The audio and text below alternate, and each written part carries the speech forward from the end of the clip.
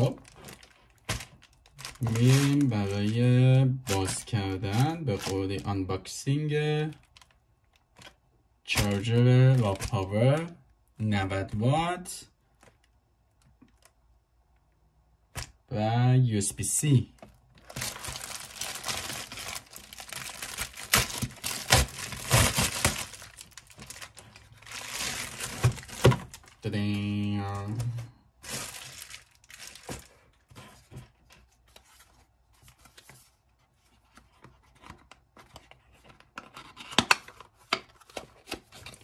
Power PD Pioneer 90 watt 2-port wall charger.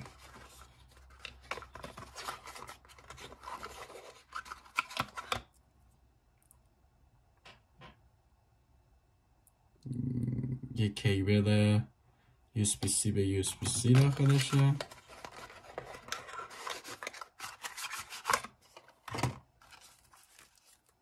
دفترچه ها و خود چارجر.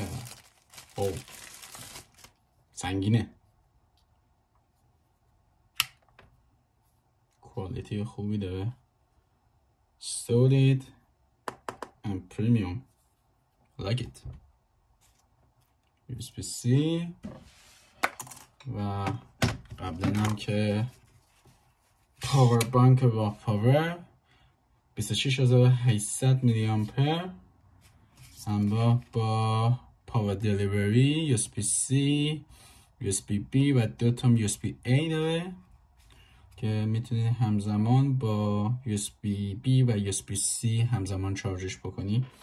با این چارجر این پاور بانک از USB-C تنها حدود 6 ساعت چارج میشه. با چارجرهای دیگه که USB-A هستن یه چیز حدود 24 ساعت طول میکشه تا کامل شارژ بشه.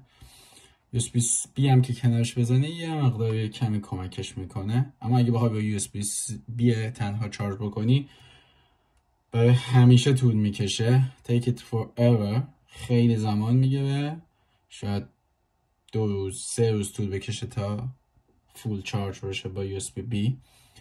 anyway حالا من با USB-C و USB-B جفتش چارج میکنم.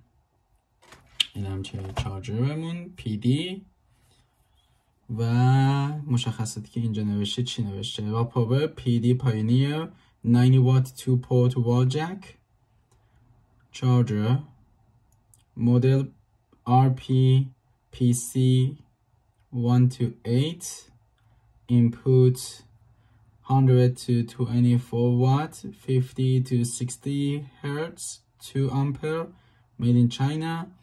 PD output 5 volt 3 ampere 9 volt 3 ampere 12 volt 3 ampere 15 volt 3 ampere 20 volt 4.5 ampere 90 watts maximum each port. Total output 90 watts maximum. Sunvalley Japan. Designer Japan imported. این اطلاعاتی که به ژاپن، شرکتی که به ژاپن اینو ایمپورت کرده. حتی ما که آمازون کانادا خریدیم.